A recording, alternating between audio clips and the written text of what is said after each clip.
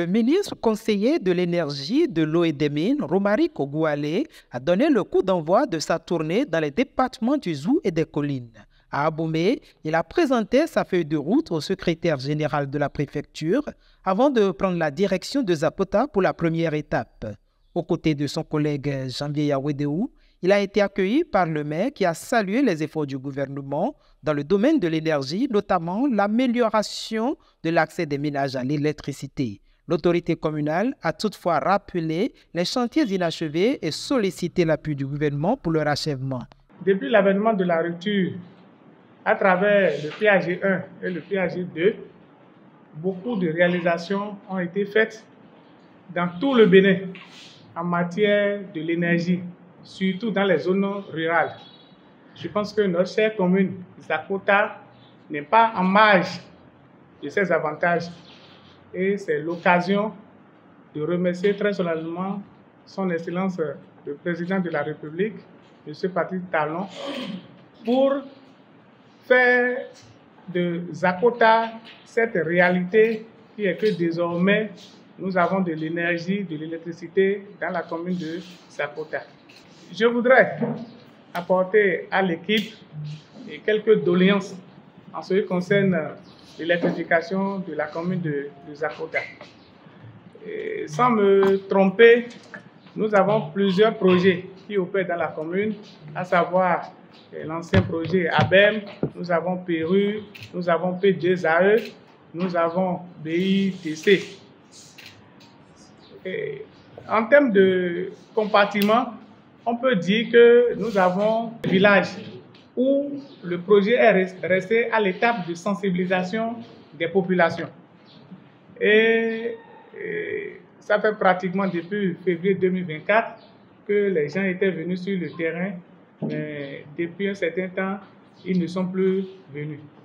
Et j'aurai l'occasion de vous dire en détail les villages concernés. 16 villages étaient dans ces conditions-là.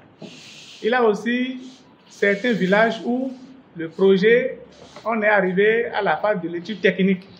Les études techniques sont toujours en cours. C'est près de 23 villages étaient dans ce cas-là. Donc notre souhait, c'est de demander à ce que le coordonnateur des ministres conseillers soit notre porte-voix pour que les travaux démarrent réellement au niveau de ces villages. Ces préoccupations traduisent tout l'intérêt de cette tournée qui place l'écoute et la réponse aux besoins des populations au cœur de l'action gouvernementale. Et comme on l'a indiqué tout à l'heure, le maire, à travers le chapelet des doléances, vous comprenez déjà l'importance de cette tournée et qui entre dans la vision du président Patrice Talon qui veut que désormais c'est du bas que nous remontons les défis de la République. Et nous sommes arrivés ici, monsieur le maire, avec tous les techniciens qui pourront prendre en charge très rapidement tous les aspects que vous venez d'évoquer. L'objectif, comme l'a dit le ministre Ogoualé, c'est que très rapidement, les populations de Zapota soient totalement satisfaites, qu'il y ait de l'eau autant que possible pour les populations et qu'il y ait également de l'énergie à disposition. Donc, le maire a aussi résumé un peu la situation.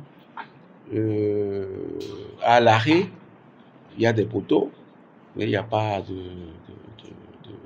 courant ne passe pas. Et à Djido, à Tanta, à Sanli, il a fait le point.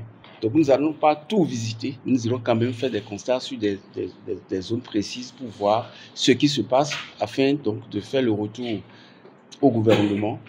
Et vous avez la chance, le ministre en charge du sujet, il est avec moi. Donc tout ce que vous direz, il note et il va s'en occuper et apporter des solutions donc, aux populations. Après ces échanges, les ministres conseillers sont allés sur le terrain pour évaluer l'avancement des projets en cours et constater de visu les réalités du terrain. Nous sommes déjà très heureux que les ministres fassent eux-mêmes le déplacement pour constater comment ça se passe sur le terrain. Pour ce qui concerne le projet sans localité, c'est le village d'Adjoko qui a été retenu dans ce cadre-là. Et comme on l'a constaté, à Adjoko, les implantations sont presque achevées. L'implantation, c'est-à-dire l'implantation des poteaux et tout le matériel électrique, depuis les câbles jusqu'aux accessoires et les plafonds, sont déjà dans nos magasins ici, à côté à Dassaloumé. Je voudrais rassurer les ministres ici et les populations ici présentes que le 15 novembre au plus tard, le 15 novembre 2025 au plus tard, la localité de la Djoko sera mise sous tension. Cette tournée se poursuivra dans les communes de Dassazoumé, Savé et Ouessé-Ogoudo, renforçant ainsi le rapprochement entre l'État et les communautés talabazes.